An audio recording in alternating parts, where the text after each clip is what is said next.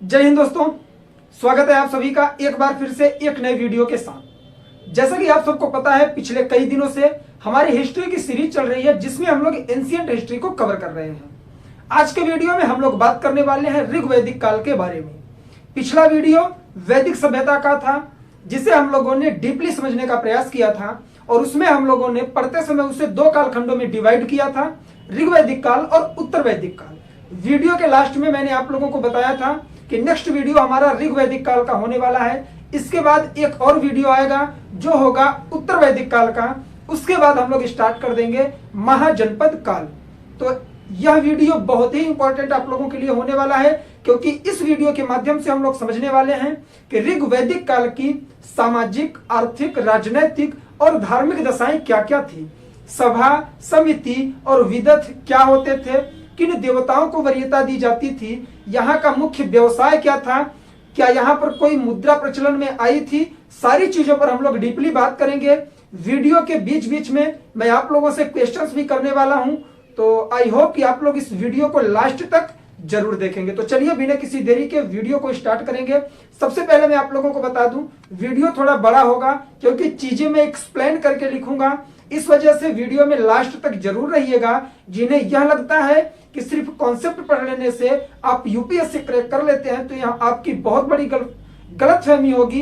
इस वजह से इस वीडियो में लास्ट तक रहिएगा, आपको सारी चीजें इसी वीडियो में मिलने वाली है। तो चलिए स्टार्ट करते हैं चैप्टर को। चैप्टर का नाम क्या है? ऋग वैदिक काल। कौन सा भाइयों? ऋग वैदिक काल। टाइम पीरियड इसका 1500 से लेकर 1000 बीसी तक। बीसी का मतलब है बिफोर क्राइस्ट। मैंने पिछले वीडियो में बताया था ईसा पूर्व इसे बोलते हैं। ठीक, देखिए हम लोगों ने पिछले वीडियो में क्या समझा था कि किसी भी सभ्यता को कालखंडों में विभाजित करने के लिए 4 फैक्टरों को ध्यान दिया जाता है। कौन कौन से?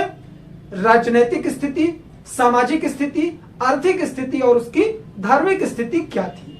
तो इस वीडियो में हम लोग बात करेंगे ऋग वैदिक काल का। जो यह चारों पोर्शन है, जो चारों पार्ट हैं, इसमें क्या क्या चेंजेस थे और क्या महत्वपूर्ण चीजें थी। यह वीडियो आप सबको पता है वैदिक सभ्यता का ही अगला पार्ट है। ठीक है, मैं एक बार रिवाइज करवा दूं जो स्टूडेंट्स नए हों। सबसे पहले हम लोगों ने इंडस वैली सिविलाइजेशन को देखा था। इंडस वैली सिविलाइजेशन का टाइम पीरियड 2300 ईसा पूर्व से लेकर 1750 ईसा पूर्व तक था। उसके बाद 200 वर्षों तक भारत का इतिहास लुप्त रहा। उसके बाद उद्भव होता है वैदिक सभ्यता का, जिसका टाइम पीरियड 1500 ईसा पूर्व से लेकर 600 ईसा पूर्व तक बताया जाता है। और इस वैदिक सभ्यता को हम लोग 2 भागों में डिवाइड किए हैं। कौन सा? ऋग वैदिक काल और उत्तर वैदिक काल। इससे वैदिक काल क्यों कहते हैं? क्योंकि इसकी सारी जानकारियां वेदों के माध्यम से मिली हैं, तो वेदों के नाम पर इसे वैदिक सभ्यता का नाम दिया गया है। और पहले पार्ट को ऋग वैदिक काल क्यों कहते हैं? क्योंकि जो हमारे 4 वेद हैं, ऋग्वेद, सामवेद, यजुर्वेद और अथर्ववेद, उनमें से केवल ऋग्वेद के माध्यम से हमें इस कालखंड के बारे में पता चलता है, जिसका टाइम पीरियड है 1500 ईसा पूर्व से लेकर 1000 ईसा पूर्व। इस वजह से इसे हम लोग ऋग वैदिक काल के नाम से जानते हैं। तो चलिए स्टार्ट करते हैं। एक एक पॉइंट लिखेंगे, समझेंगे और चीजों को बहुत ही डीपली समझने वाले हैं हम लोग। चलिए आइए बात करते हैं। सबसे पहले ऋग वैदिक काल का हम लोग देखेंगे राजनैतिक जीवन क्या था। राजनैतिक जीवन या राजनैतिक स्थिति भी आप लोग लिख सकते हैं। इस समय जो राजनैतिक स्थिति थी वह क्या थी कि उस समय ना कोई राजा हुआ करता था, ना कोई प्रजा होती थी। लोग कबीलों के रूप में रहा करते थे। कबीला का मतलब है घुमंतु जीवन ज्यादातर। ठीक, तो कबीलों के रूप में लोग रहा करते थे और अपने बीच से ही किसी एक शक्तिशाली व्यक्ति को राजा के रूप में चुन लिया जाता था, जिसे राजन बोला जाता था। ठीक है, और वह पूरी तरह से प्रशासन चलाया करता था, लेकिन उसे सीमित अधिकार था। ऐसा नहीं था जैसे कि चंद्रगुप्त मौर्य हो गए या दिल्ली सल्तनत के शासक हो गए जिन्हें पूर्ण सत्ता प्राप्त थी, सारे अधिकार प्राप्त थे। ऐसा नहीं था। उस समय का जो राजा था उस कालखंड को सही तरीके से चलाने के लिए बनाया गया। उसको जो अधिकार दिए गए वो सीमित दिए गए। वह अपने आधार पर कोई निर्णय नहीं ले सकता था। उसके पास कोई नियमित सेना भी नहीं थी, न्याय का अधिकार भी नहीं था। बहुत सारी चीजें हम लोग समझेंगे। चलिए पॉइंट बाय पॉइंट लिखते रहे वरना वीडियो लंबा हो जाएगा। पहला पॉइंट लिखेंगे कबीलाई जीवन था। कबीलाई जीवन, ज्यादा कबीले एक साथ इकट्ठा होकर रहते थे तो उसे जन बोला जाता था। ये चीज जरूर याद रखेंगे। राजा, जिसे राजन बोला जाता था, इसे सीमित अधिकार प्राप्त थे। क्या? सीमित अधिकार। ठीक है, हम लोग ऋग्वैदिक काल का राजनीतिक जीवन देख रहे हैं। ठीक, तो यह जो राजा था बहुत सारे निर्णय लिया करता था, तो इसकी सहायता के लिए 4 संस्थाएं बनाई गई। सहायता के लिए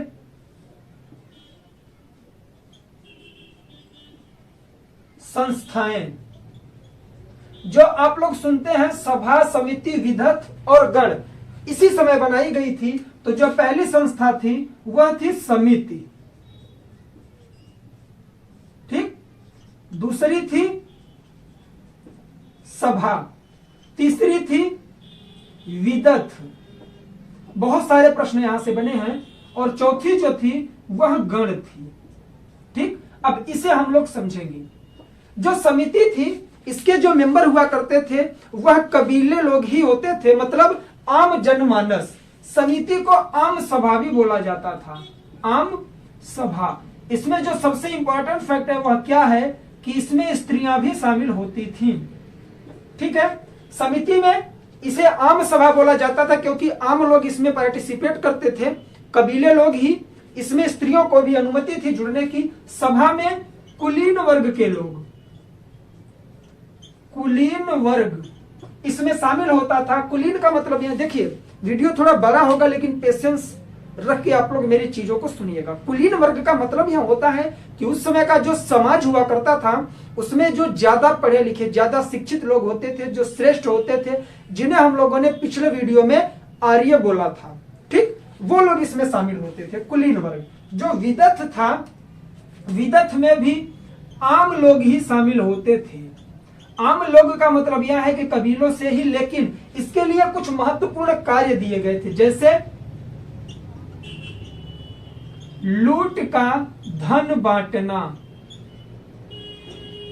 जो कबीले होते थे आपस में लड़ाई किया करते थे, तो लूट का धन बांटना, बहुत सारी चीजें निर्धारित करना, यह किसका काम था? तो यह विदथ का काम था। और एक चीज लिख लेंगे, सबसे पुरानी संस्था थी। अगर आपसे प्रश्न बने कि विदथ कैसी संस्था थी, तो यह ऋग्वैदिक काल की सबसे पुरानी संस्था हुआ करती थी। सबसे इंपॉर्टेंट है, इसमें भी स्त्रियां इसमें शामिल की जाती थी। लास्ट में आता है गण। गण क्या था? यह कुलीन लोगों का ही था। ठीक है, कुलीन वर्ग के लोगों का ही हुआ करता था गण, मतलब यह सभा का ही एक अधिकार था। अब मैं आप लोगों से अगर एक प्रश्न करूं कि अथर्ववेद में प्रजापति की 2 पुत्रियां किसे कहा गया है, तो इन 2 समितियों को याद रखेंगे, समिति और सभा। सभा और समिति को अथर्ववेद में प्रजापति की 2 पुत्रियां कहा गया है। तो यह पॉइंट आप लोग याद रख लेंगे। सभा और समिति को अथर्ववेद में प्रजापति की 2 पुत्रियां, प्रजापति की 2 पुत्रियां कहा गया है। मोस्ट इंपॉर्टेंट फैक्ट है, याद रखेंगे। अभी तक हम लोगों ने क्या देखा कि जो ऋग्वैदिक काल था वहां का जो सामाजिक जीवन, जो राजनीतिक जीवन था, वह पूरी तरह से कबीलाई जीवन था। लोग कबीलों के रूप में निवास करते थे। कबीलों के समूह को जन कहा जाता था और इनके बीच से ही एक राजा का चयन किया जाता था जिसे राजन कहा जाता था। राजा के पास बहुत सीमित अधिकार हुआ करते थे, वह खुलकर अपना निर्णय नहीं ले सकता था। उसकी सहायता के लिए 4 संस्थाएं बनाई गई। जैसे इस समय हम लोग देखें, जब प्रधानमंत्री हैं तो प्रधानमंत्री की सहायता के लिए मंत्रिपरिषद बनाई जाती है। उसी तरह से उस समय के राजा की सहायता के लिए, जिसे राजन बोलते थे, 4 संस्थाएं बनाई गई। पहली संस्था का नाम था समिति, जिसमें कबीले के ही लोग शामिल हुआ करते थे, इसमें स्त्रियों को शामिल होने का अधिकार था। दूसरा था सभा, सभा में कुलीन वर्ग के लोग शामिल होते थे जो श्रेष्ठ हुआ करते थे। उसके बाद आती है विदत, विदत में भी आम लोग ही शामिल होते थे, उसमें भी स्त्रियां शामिल होती थी, लेकिन उसे कुछ स्पेशल काम दिए गए थे, जैसे कि लूट के धन का बंटवारा करना, बहुत सारी चीजों की देखरेख करना। लास्ट में आता है गण, गण में भी कुलीन वर्ग के लोग ही शामिल हुआ करते थे। तो इसमें 2 पॉइंट इंपॉर्टेंट है कि राजा की सहायता के लिए कितनी संस्थाएं बनाई गई थी, तो 4। इनका नाम याद रखेंगे। किन 2 संस्थाओं में स्त्रियों का प्रवेश था, स्त्रियां भी उसमें भाग ले सकती थी, तो समिति और विदत में। किन 2 संस्थाओं को प्रजापति की 2 पुत्रियां कहा गया, तो सभा और समिति को प्रजापति की 2 पुत्रियां कहा गया है अथर्ववेद में। देखिए ये तो संस्था हुई, लेकिन इसके साथ ही कुछ अधिकारी भी क्या किए गए, बनाए गए, जिन्हें रत्नी कहा गया। ठीक है, तत्कालीन समय के अधिकारी याद रखेंगे आप लोग, अधिकारी जिन्हें उस समय रत्नी कहा गया या रत्नीन कहा गया या रत्नीनी। ठीक है, कई जगह या तो रत्नी मिलेगा या रत्नीनी या तो रत्नीन। ठीक, रत्नी कहा गया। ये 4 अधिकारी बनाए गए। कौन कौन से? पहला पुरोहित, पहला पुरोहित हुआ, और दूसरा सेनानी, तीसरा पूरब, चौथा हुआ स्पर्श। अब इनका काम आप लोग देखिएगा, नाम से ही पता चलेगा। जो पुरोहित लोग थे यह राजा को क्या करते थे, यज्ञ अनुष्ठान से संबंधित ज्ञान दिया करते थे। जो सेनानी थे यह सेना संबंधित कार्य करते थे। पूरब जो होते थे वो दुर्ग की रक्षा करते थे, मतलब एक तरह से सेना ही थी। और जो स्पर्श होते थे यह गुप्तचर होते थे। कौन? गुप्तचर होते थे। तो तत्कालीन राजा के ऋग्वैदिक समय के राजा, जिसे राजन कहा जाता था, उसके 4 अधिकारी हुआ करते थे। पहले का नाम था पुरोहित, दूसरे का सेनानी, तीसरे का पूरब और चौथे का स्पर्श नाम था। और स्पर्श काफी बार पूछा गया है, तो यह गुप्तचर विभाग हुआ करता था। अब हम लोग बढ़ेंगे आगे राजनीतिक जीवन में। अगर हम लोग बात करें सेना की, किसकी? सेना की, तो उस समय राजा के पास कोई नियमित सेना नहीं थी। नियमित सेना नहीं थी। उसका सबसे बड़ा रीजन है कि नियमित सेना बनाए रखने के लिए आपको उन्हें कुछ न कुछ सैलरी देनी पड़ेगी या कुछ न कुछ चीजें आप लोगों को देनी पड़ेगी उनकी सेवा के तौर पर। लेकिन उस समय का राजा स्वयं गरीब हुआ करता था, तो सैनिकों को वह किसी भी तरह से सैलरी प्रोवाइड नहीं करवा पाता था। इस वजह से जब कोई आवश्यकता पड़ती थी तो कबीले के लोग ही सेना के रूप में कार्य किया करते थे, और जैसे ही वह कार्य समाप्त होता था सेना भंग कर दी जाती थी। तो नियमित सेना नहीं थी। सर क्या उस समय कर की व्यवस्था थी? मोस्ट इंपॉर्टेंट, जो कर हुआ करता था ना, वह बलि के रूप में लिया जाता था। उस समय के कर को बलि बोला जाता था और यह स्वेच्छा से दिया जाता था, स्वेच्छा पूर्वक। ठीक है, ऋग्वैदिक काल में जो कर लिया जाता था उसका नाम था बलि, और लोग इसे स्वेच्छा पूर्वक राजा को देते थे, जिसकी जितनी इनकम थी उस हिसाब से कर दिया जाता था, जिससे राजा उनकी सुरक्षा कर सके। देखिए अभी मैं आगे बताऊंगा, जब आर्थिक जीवन पढ़ेंगे हम लोग, तो उसमें यह बात होगी कि इस समय खेती और किसानी, कृषि पर कोई जोर नहीं दिया जाता था, केवल पशुपालन था। तो पशुओं पर कितना टैक्स दिया जाएगा, इस वजह से टैक्स की कोई वैलिड व्यवस्था वहां पर नहीं थी। ठीक है, न्याय की व्यवस्था क्या थी? न्याय की व्यवस्था का वहां पर कोई उल्लेख नहीं है, कोई उल्लेख नहीं। ठीक है, कोई उल्लेख नहीं का मतलब यह है कि जो न्याय संबंधी कार्य होते थे वो इन्हीं 4 संस्थाओं द्वारा किए जाते थे। राजा के पास यह अधिकार नहीं था कि वह किसी भी चीज का न्याय दे सके। ठीक है, तो यह सारी इंपॉर्टेंट चीजें थी। आई होप कि आप लोग राजनीतिक जीवन समझ गए होंगे। एक बार हम लोग रिवाइज कर लें। चलिए स्टार्ट करते हैं। वहां का जीवन कबीलाई था, राजा को राजन कहा जाता था। सभा, समिति, विदत, राजा की सहायता के लिए 4 संस्थाएं बनाई गई, और उसमें 4 रत्नी भी बनाए गए अधिकारी के रूप में, जिनका नाम था पुरोहित और सेनानी, पूरब और स्पर्श। स्पर्श गुप्तचर विभाग हुआ करता था। उसके बाद क्या किया गया कि जो सेना थी उस समय की नियमित सेना नहीं थी। क्यों? क्योंकि राजा के पास इतना धन नहीं था कि उन्हें सैलरी दे सके। न्याय व्यवस्था का कोई उल्लेख नहीं किया गया है। साथ ही साथ उस समय का जो टैक्स था, टैक्स व्यवस्था के बारे में बात नहीं की गई है। बलि नाम का एक कर लिया जाता था जो लोगों द्वारा स्वेच्छा पूर्वक राजा को दिया जाता था। ठीक है, इतने इंपॉर्टेंट फैक्ट थे। आई होप कि आप लोग समझ गए होंगे। चलिए अब हम लोग बात करेंगे सामाजिक जीवन के बारे में। ठीक, यह आर्थिक जीवन हो गया। अब सामाजिक जीवन, यह राजनीतिक जीवन हो गया। अब हम लोग बात करेंगे सामाजिक जीवन के बारे में। बहुत ही इंपॉर्टेंट है, ध्यान से देखिएगा। सामाजिक जीवन।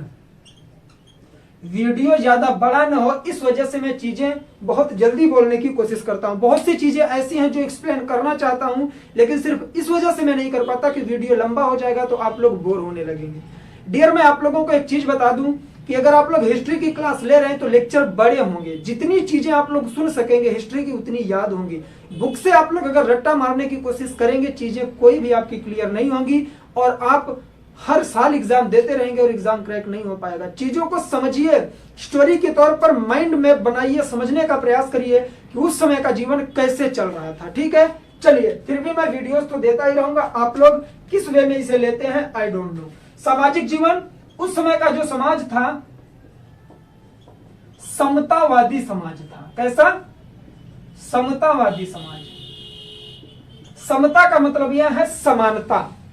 उस समय कोई भी भेदभाव किसी के साथ नहीं किया जाता था, क्योंकि कृषि होती नहीं थी, इनकम के सोर्स बहुत कम हुआ करते थे, तो लोग आपस में समान रूप से रहा करते थे। ठीक है, उसके बाद यहीं से निकल के आता है वर्ण व्यवस्था।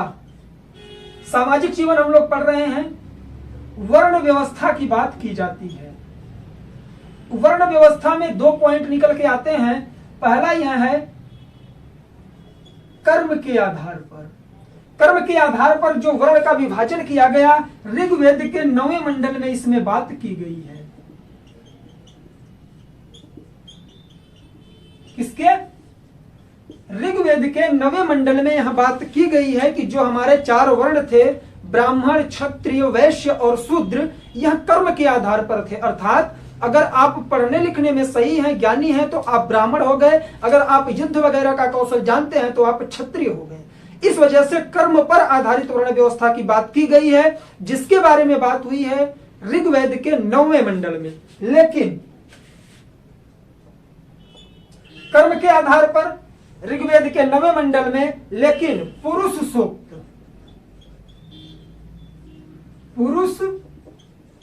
सूक्त 10वें मंडल में। मैं एक्सप्लेन कर रहा हूं। 10वें मंडल में कहा? ऋग्वेद के। देखिए, पुरुष सूक्त का मतलब यह है कि ऋग्वेद के 10वें मंडल में वर्ण व्यवस्था के बारे में बात की गई है और ऐसा कहा गया है कि जो ब्राह्मण, क्षत्रिय, वैश्य और शूद्र हैं, यह ब्रह्मा द्वारा बनाए गए थे। ब्रह्मा की शरीर से निकले हुए थे, कई अंगों से, कई पार्ट से जो निकले थे, उन्हें उस हिसाब से वर्ण में डाल दिया गया। तो अगर आपसे प्रश्न बने कि ऋग्वेद के किस मंडल में कर्म आधारित वर्ण की बात की गई है, तो 9वें मंडल में। पुरुष सूक्त के अनुसार ब्रह्मा द्वारा वर्ण का विभाजन किस वेद में किया गया? तो ऋग्वेद में किया गया। कौन से मंडल में? तो 10वें मंडल में। ठीक है, तो वर्ण व्यवस्था भी उस समय निकलकर आई हुई थी। सामाजिक जीवन की अगर हम लोग बात कर रहे हैं और इसमें अगर स्त्रियों के जीवन के बारे में हम लोग बात न करें तो यहां कहीं से कहीं तक सही नहीं है। स्त्रियों की स्थिति देखिए, जो समाज था ना, वह पितृसत्तात्मक समाज था। पितृसत्तात्मक समाज था, इसका मतलब यह नहीं है कि महिलाओं की उपेक्षा की जाती थी। हम लोगों ने पढ़ा सिंधु घाटी सभ्यता, उसमें हम लोगों ने देखा कि मातृसत्तात्मक समाज था। ऐसा हमें साक्ष्यों के द्वारा पता चलता है, लिखित तौर पर कोई जानकारी हमारे पास नहीं है। लेकिन जो वैदिक सभ्यता है, इसमें लिखित तौर पर यह मिला है कि वहां की जो स्थिति थी वह पितृसत्तात्मक सभ्यता थी। मतलब कि वहां पर पुरुष वर्ग पर ज्यादा वरीयता थी, लेकिन महिलाओं की स्थिति भी खराब नहीं थी। महिलाओं को कई अधिकार दिए गए थे। शिक्षा लेने का अधिकार इनके पास था। पुनर्विवाह का अधिकार इनके पास था। नियोग का अधिकार इनके पास था। नियोग का मतलब यह है कि अगर आपके हस्बैंड की मृत्यु हो जाती है तो आप उसके भाई अर्थात अपने देवर से शादी कर सकती हैं। यह अधिकार दिया गया था स्त्रियों को। कब? ऋग्वैदिक काल में। दहेज प्रथा नहीं थी। दहेज प्रथा नहीं थी। बाल विवाह भी नहीं था। ठीक है, बाल विवाह भी नहीं हुआ करता था उस समय में। ठीक, चलिए अब बात आती है सामाजिक जीवन के तहत परिवार। परिवार समाज का एक बहुत बड़ा अंग होता है। परिवार में सबसे छोटी इकाई जो हुआ करती थी उसे कुल बोलते थे। कुल आज भी होता है कि तुम किस कुल से बिलोंग करते हो, तुम्हारा खानदान क्या है। उसके बाद समाज पितृसत्तात्मक थी। पितृसत्तात्मक समाज थी और संयुक्त परिवार हुआ करता था। संयुक्त परिवार का आशय यह है कि लोग एक ही जगह पर रहा करते थे। पूरे परिवार का एक ही मुखिया हुआ करता था। तो सामाजिक जीवन में भी बहुत सारी इंपॉर्टेंट चीजें हैं जो हम लोगों ने समझा। ठीक है, पितृसत्तात्मक समाज का मतलब यह है कि पुरुष वर्ग को ज्यादा वरीयता दी जाती थी, लेकिन इसका मतलब यह नहीं है कि महिलाओं की उपेक्षा की जाती थी। ठीक है, महिलाओं को भी बहुत सारे अधिकार दिए गए थे, जैसे शिक्षा का अधिकार, पुनर्विवाह, नियोग अर्थात अपने हस्बैंड की मृत्यु के बाद देवर से शादी का अधिकार। कई बार पूछा गया है। दहेज का प्रथा नहीं था उस समय। बाल विवाह भी पूरी तरह से बैन था। इस समय की कुछ विदुषी महिलाएं थी, उन्हें आप लोग याद रखेंगे, जैसे गार्गी, मैत्रेयी, कात्यायनी। इन 3 महिलाओं का आपको नाम याद रखना पड़ेगा। ठीक है, गार्गी, मैत्रेयी और कात्यायनी। इतने इंपॉर्टेंट फैक्ट थे कहां के? सामाजिक जीवन से रिलेटेड। चलिए एक बार हम लोग रिवाइज कर लेते हैं। यहां का जो समाज था, अगर हम लोग स्टार्टिंग से देखें, समतावादी समाज था। वर्ण व्यवस्था के बारे में बात की गई। ऋग्वेद के 9वें मंडल में कर्म आधारित वर्ण के बारे में बात की गई। ऋग्वेद के 10वें मंडल में पुरुष सूक्त के आधार पर ब्रह्मा द्वारा निर्धारित किए गए कौन? वर्ण के बारे में। उसके बाद आती है स्त्रियों की स्थिति। तो स्त्रियों की स्थिति वहां काफी हद तक ठीक थी। शिक्षा का अधिकार था, नियोग का अधिकार था उन्हें, दहेज प्रथा वहां पर नहीं थी, बाल विवाह नहीं था, पुनर्विवाह का भी अधिकार महिलाओं के पास था। उसके बाद बात आती है निकल के कि वहां का जो परिवार था उसकी सबसे छोटी इकाई कुल हुआ करती थी। पितृसत्तात्मक परिवार हुआ करता था और वह संयुक्त रूप से रहा करता था, जिसे संयुक्त परिवार बोलते हैं। तो सामाजिक जीवन में इतने इंपॉर्टेंट फैक्ट हम लोगों ने देखा। साथ ही 3 विदुषी महिलाओं का नाम भी हम लोगों ने देखा, गार्गी, मैत्रेयी, कात्यायनी। खत्म हो गया। चलिए आगे बढ़ते हैं। अब हम लोग देखेंगे आर्थिक जीवन। लेकिन अगर इसमें 1-2 पॉइंट और जोड़ना चाहें तो जो मनोरंजन था, कई बार पूछा गया है, मैं बता दूं ऐसे इंपॉर्टेंट है नहीं। मनोरंजन के लिए पांसा खेला करते थे लोग, डाइस बोलते हैं आप जिसे, और नृत्य, डांस वगैरह देखते थे उस समय का जो कल्चरल डांस था, और संगीत। इससे वो लोग मनोरंजन करते थे। अगर हम लोग उनके खाद्यों के बारे में बात करें तो लोग शाकाहारी और मांसाहारी दोनों हुआ करते थे। ठीक है, चलिए अब आगे बढ़ेंगे और हम लोग देखेंगे आर्थिक जीवन। वीडियो बड़ा होगा मुझे पता है, लेकिन कोई परेशान होने वाली बात नहीं है। मैं आप लोगों को फैक्ट ही दे रहा हूं। इसका मतलब यह है कि वीडियो में लास्ट तक आप लोग बने रहिए। चलिए बात करते हैं आर्थिक जीवन के बारे में।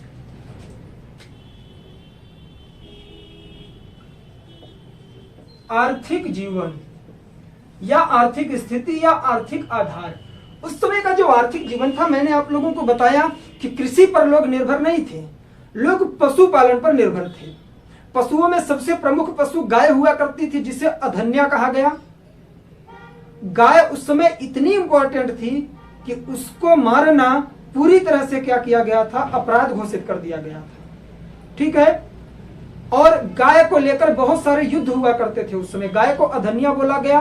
एक और पशु के बारे में पता चलता है जो घोड़ा हुआ करता था, जिसका प्रयोग घुड़दौड़ में और रथ वगैरह में वो लोग किया करते थे। कृषि पर निर्भरता बहुत कम थी। जो व्यापार था वह आंतरिक व्यापार हुआ करता था, अर्थात एक कबीले से दूसरे कबीले के बीच में। कोई भी विदेशी व्यापार का साक्ष्य हमें नहीं मिलता, जैसा कि हमें कहां पर मिला था, सिंधु घाटी सभ्यता में। साथ ही अगर हम लोग देखें तो व्यापार विनिमय के माध्यम से होता था, एक वस्तु लेकर उसके बदले में दूसरी वस्तु लेना, क्योंकि उस समय कोई मुद्रा या मोहर प्रचलन में नहीं थी। तांबे का प्रयोग प्रचुर मात्रा में किया जाता था। लेकिन जैसे ही 1000 ईसा पूर्व स्टार्ट होगा, अर्थात उत्तर वैदिक काल, वहां से लोहे का प्रयोग भी होने लगता है। लेकिन हम लोग इस समय पढ़ रहे हैं ऋग वैदिक काल। तो आर्थिक जीवन ज्यादा उतना हार्ड नहीं है, समझते हैं। पशुपालन पर आधारित था, पशुपालन पर आधारित। प्रमुख पशु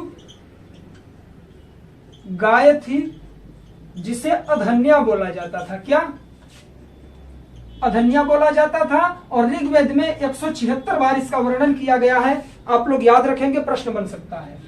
दूसरा प्रमुख जो पशु था वह घोड़ा था। ठीक है। अगर हम लोग व्यापार की बात करें तो ज्यादातर व्यापार आंतरिक हुआ करता था। ज्यादातर का पूरी तरह से व्यापार आंतरिक हुआ करता था। विदेशों से, फॉरेन से कोई भी व्यापार उस समय नहीं हुआ था। मुद्रा उपलब्ध नहीं थी, लोग तांबा का प्रयोग किया करते थे। और जो व्यापार का माध्यम था, विनिमय का माध्यम था वस्तु विनिमय। वस्तु विनिमय, ठीक है। वस्तु विनिमय का मतलब यह है, जैसे मैं एग्जांपल दूं आप लोगों को, कि जैसे आपको कोई ठंडी का मौसम है, आपको जैकेट लेना है, आपके पास पैसे नहीं है, आप गेहूं और चावल लेकर जाइए उनके पास कि डियर मैं आपको गेहूं और चावल देता हूं, आप हमें जैकेट दे दो। तो यहाँ वस्तु विनिमय हो गया, एक वस्तु के बदले दूसरी वस्तु हमें मिल जाती है। इसी तरह से वो लोग व्यापार वहां पर किया करते थे। ठीक है। मुद्रा की खोज नहीं हुई थी, तांबा था। कृषि पर बहुत कम प्रयोग किया जाता था। यहां लिख लीजिए, कृषि का कोई महत्व वहां पर नहीं हुआ करता था। मैं इंपॉर्टेंट फैक्ट लिख रहा हूं, बस चीजें आप लोगों को याद करनी है। ठीक है। चलिए, आर्थिक जीवन भी हो गया। अब हम लोग बात करेंगे सामाजिक जीवन के बारे में, और ये हमारा लास्ट होगा। और लास्ट में हम लोग रिवाइज भी करने वाले हैं एक बार। चलिए, अब आया हमारा धार्मिक जीवन। ऋग्वैदिक काल का धार्मिक जीवन बहुत इजी है। हिस्ट्री मैंने आप लोगों से बोला था ना, एक स्टोरी के तौर पर लेकर अगर मेरी बातों को सुनेंगे, समझेंगे। आज का वीडियो तो लिखने लायक कुछ था ही नहीं। अगर आप लोग सिर्फ मेरी बात को सही तरीके से सुन लिए होंगे तो चीजें आपको याद हो जाएंगी। एक बार वीडियो पूरा देख लीजिए, लास्ट में एक बार वीडियो को रोक रोक कर आप लोग नोट्स भी बना लीजिए। नोट्स में आप लोगों को इतने ही चीज लिखने जितना मैं बता रहा हूं, बाकी लिखेंगे कंफ्यूजन क्रिएट होगा। ठीक, चलिए। धार्मिक जीवन में सबसे इंपॉर्टेंट फैक्ट यह था कि यह लोग प्रकृति पूजक थे। प्रकृति पूजक का मतलब यह है कि जो प्राकृतिक देवता हुआ करते थे उनकी पूजा ये लोग ज्यादातर किया करते थे। जैसे वर्षा के देवता, वनस्पति के देवता, सूर्य भगवान, पृथ्वी माता, इन सब की पूजा वो लोग किया करते थे। ठीक है। दूसरा पॉइंट है कि ये लोग बहुदेववादी थे। बहुदेववादी, एक नहीं कई देवताओं की पूजा ये लोग किया करते थे। ऋग्वैदिक काल में जो धार्मिक जीवन था वह बहुदेववादी था। लोग कई देवताओं की पूजा करते थे। अब यहीं पर हम लोग एक क्या बनाएंगे, डायग्राम बनाएंगे। इन लोग जो देवताओं की पूजा करते थे, जहां तक मुझे लगता है 33 देवताओं की पूजा करते थे। कुछ देवताओं के बारे में हम लोग देखेंगे। आपसे प्रश्न बनता है कई बार कि इंद्र कौन से देवता थे, जो वरुण थे वो किस चीज के देवता थे, सविता किस चीज के बारे में हमें बताती थी, कौन सी देवी थी, सबको समझेंगे। जो ऋग्वेद था ना, वह सविता देवी के लिए ही प्रयोग किया गया था। गायत्री मंत्र जो था ऋग्वेद के तीसरे मंडल में, वह देवी सविता के लिए ही प्रयोग किया गया था। तो अभी मैं आप लोगों को बताऊंगा, ध्यान पूर्वक रहिएगा साथ में। इन्होंने अपने देवताओं को 3 भागों में बांट दिया, अंतरिक्ष के देवता, आकाश के देवता और पृथ्वी के देवता। तो प्रश्न आप लोगों से बनता है कि निम्न में से कौन सा देवता ऋग्वैदिक काल में आकाश का देवता था, पृथ्वी का देवता था। कई सारे डायग्राम देगा, आपको मैच करने के लिए देगा। तो जो मैं डायग्राम बना रहा हूं आप लोग ध्यान से देखिएगा। अंतरिक्ष के देवता, अंतरिक्ष के देवता, पृथ्वी के देवता और आकाश के। वेरी इंपॉर्टेंट, तीनों बहुत ही इंपॉर्टेंट हैं, ध्यान पूर्वक देखिएगा। अंतरिक्ष में इंद्र, मरुत, रुद्र और वायु, ये चार देवता अंतरिक्ष के हुए। पृथ्वी के देवता में सबसे पहली तो पृथ्वी माता ही हो गई। पृथ्वी, अग्नि, सोम और बृहस्पति। कौन? बृहस्पति। चार देवता इसके हो गए। जो आकाश के देवता थे, आप सबको पता है सूर्य कहां निवास करते हैं? आकाश में। सूर्य, वरुण, सविता, विष्णु, इसमें उषा भी आते हैं। तो देखिए यह डायग्राम आपको बनाना पड़ेगा, मोस्ट इंपॉर्टेंट है, मैं बता दे रहा हूं। ज्यादातर मैं डायग्राम बनाता नहीं हूं, जो इंपॉर्टेंट होता है वही चीजें मैं बनाता हूं बस। ठीक है, इसे आप लोग नोट डाउन कर लीजिए, स्क्रीनशॉट ले लीजिए। वीडियो खत्म होने पे एक बार आप लोग जरूर बना लेंगे। ठीक है, चलिए एक बार रिवाइज करवा दूं वरना आप लोग भूल जाएंगे। जो ऋग्वैदिक काल था उसका जो धार्मिक जीवन था, उसके लोग ज्यादा से ज्यादा प्रकृति पूजक थे, प्राकृतिक देवताओं की पूजा किया करते थे, बहुदेववादी थे, बहुत सारे देवताओं की पूजा किया करते थे। और ज्यादा से ज्यादा 33 देवताओं के बारे में पता लगता है, जिन्हें उन्होंने क्या किया था, 3 टाइप्स में डिवाइड कर दिया था। अंतरिक्ष के देवता, पृथ्वी के देवता और आकाश के देवता। उनमें कुछ इंपॉर्टेंट देवता हैं जिनका नाम हम लोगों ने अभी देखा, जैसे कि जो अंतरिक्ष के देवता थे इंद्र, मरुत, वायु और रुद्र, ये 4 देवता अंतरिक्ष के थे। पृथ्वी के देवता में सबसे पहले पृथ्वी, उसके बाद अग्नि, उसके बाद सोम, उसके बाद बृहस्पति। 4 देवता पृथ्वी के हो गए। उसके बाद आते हैं आकाश के देवता, तो सूर्य, वरुण और सविता और विष्णु। अगर आपसे प्रश्न बने कि निम्न 3 प्रकारों में से सबसे ज्यादा देवता किस प्रकार में थे या किस टाइप में थे, किसमें थे? आकाश के देवता। सबसे ज्यादा जो देवता थे वह आकाश के देवता थे ऋग्वैदिक काल में। ठीक, तो ये डायग्राम बना लीजिए। अब मैं देवताओं के लिए कुछ चीजें लिखने वाला हूं कि कौन से देवता किस चीज से रिलेटेड थे। चलिए मैं रफ ना करके ऊपर ही लिख देता हूं। चलिए सबसे पहले इंद्र के बारे में जानते हैं। इंद्र सबसे प्रमुख देवता, इन्हें क्या कहा गया? पुरंदर भी कहा गया है। पुरंदर का मतलब यहां है किला तोड़ने वाला, पुरंदर। ऋग्वेद में 250 बार इनका उल्लेख किया गया है, इंपॉर्टेंट है, याद रखेंगे। दूसरे पर आते हैं अग्नि। कौन? अग्नि। अग्नि को मध्यस्थ कहा गया, मध्यस्थता के देवता। इन्हें 200 बार इनका प्रयोग किया गया। कहां पर? ऋग्वेद में। आगे अगर हम लोग बढ़ें तो आती है सविता देवी। सविता, ठीक है, यह चमकते सूर्य की देवी। कौन सी?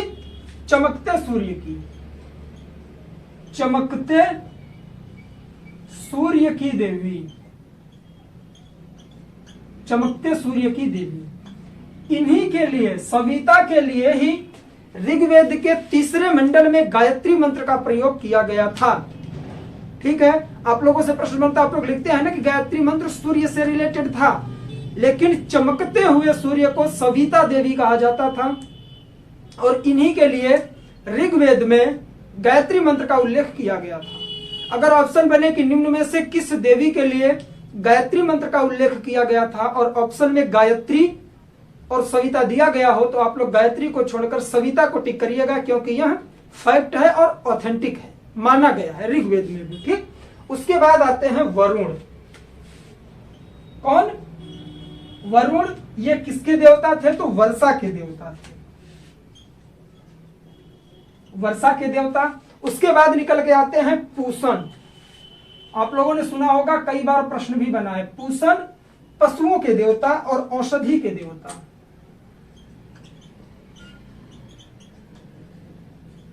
पशुओं के देवता।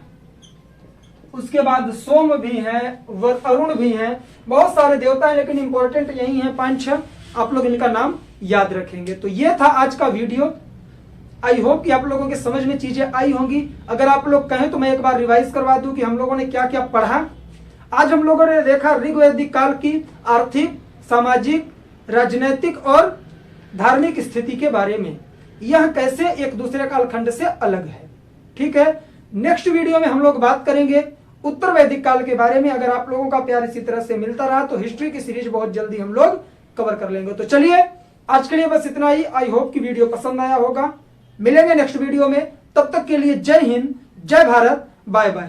आप लोग अपना ख्याल रखें और कोई भी ऐसा काम ना करें जिसकी वजह से आपको, आपके माता पिता को परेशानी हो आपकी वजह से। ठीक है, तो यह है प्लेटफॉर्म स्टडी विद आशु, जिसका नारा है मार्कर से मार्स तक। मिलेंगे नेक्स्ट वीडियो में, तब तक के लिए जय हिंद, जय भारत, बाय बाय।